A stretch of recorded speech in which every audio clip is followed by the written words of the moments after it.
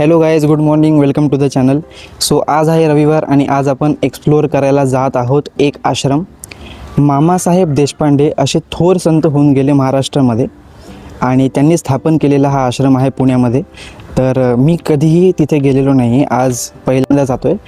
कारण असं की रिसेंटली एक आर्टिकल आलं होतं ज्याच्याबद्दल वाचन करताना मला असं लक्षात आलं की श्रीपाद दत्तात्रय म्हणजेच मामासाहेब देशपांडे हे एक थोर संत होऊन गेले, ज्यांच्या कार्यामध्ये त्यांनी ज्ञानेश्वरीचं प्रवचन, प्रचार, शक्तिपाताची दीक्षा, एक स्वातंत्र्य सैनिकसुद्धा होते.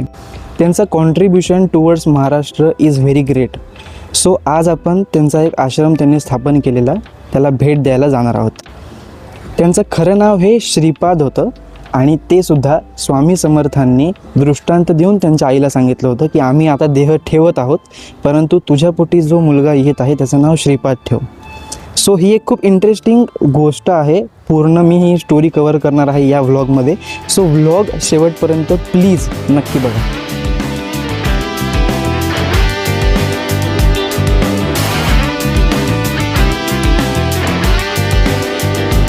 आश्रमात जाण्याआधी जी सगळ्यात जवळची व्यक्ती आहे माझ्या, बरेच दिवस झालं मी त्यांना भेटलेलो नाही आहे. सो त्यांना भेटून आपण पुढे जाऊया.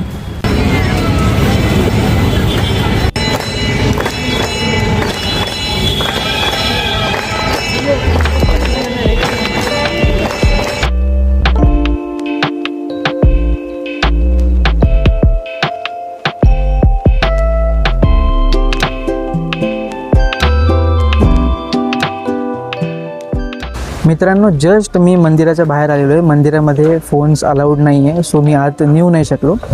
परंतु जर का दत्त संप्रदायाबद्दल तुम्हाला काही माहिती असेल तर हे ठिकाण नक्की तुमच्यासाठी आहे. खूप जास्त शांततेचं ठिकाण आहे आणि एकदा व्हिजिट प्लीज नक्की करा. इथे सिंहगड रोडवरतीच आहे, जवळ आहे. माऊली आश्रम नाव जर का तुम्ही सर्च केलं तुम्हाला ते येऊन जाईल. इथे आल्यानंतर एक अद्भुत गोष्ट मला समजली त्यांच्या आईबद्दल. मामासाहेब देशपांड्यांच्या ज्या आई होत्या त्यांनी शेवटची 12 वर्षे पाठ जमिनीला टेकवलीसुद्धा नाही. म्हणजे आराम त्यांनी केलाच नाही. ते रात्री झोपायच्या ऐवजी ध्यानाला बसत नामजप करत. तर हे त्यांनी कंटिन्यू केलं शेवटची 12 वर्षे. ज्ञानेश्वरी इतका मोठा ग्रंथ आहे ना की डे टू डे लाईफमध्ये आपण त्याचा यूज करू शकतो आणि हेच महाराजांनी शिकवलं आहे. सो एकदा इथे येऊन व्हिजिट करा. महाराजांबद्दल जर का सांगायचं झालं तर जो लेख मी वाचला होता त्याप्रमाणे जेव्हा ते तपश्चर्यासाठी गेले होते तेव्हा टेंभे स्वामी महाराज म्हणजे जे दत्त संप्रदायामधले खूप मोठे संत आहे त्यांचे 2दा त्यांना दृष्टांत झाला होता. आणि एकदा नदीकाठी असताना त्यांचा असा अनुभव आहे की त्यांचा पाय घसरला आणि ते नदीतून वाहून जात होते. तेव्हा स्वतः दत्तप्रभूंनी त्यांना दर्शन दिले, तिथून त्यांना वाचवलं. जे पावित्र्य आहे ना, जे पावित्र्य जपलं आहे या स्थानामध्ये, याचा अनुभव तुम्हाला इथे आल्यानंतरच होणार आहे. ज्ञानेश्वरीवरची महाराजांची टीका अवेलेबल आहे यूट्यूबवरती. त्यांचे प्रवचन अवेलेबल आहे. जर का तुम्हाला ऐकावेसे वाटले सो इट्स अवेलेबल, तुम्ही जाऊन ऐकू शकता.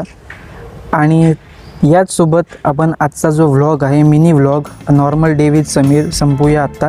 जर तुम्ही चॅनलवर नवीन असाल तर please subscribe, comment, like, share आणि प्लीज सपोर्ट करा. Bye bye.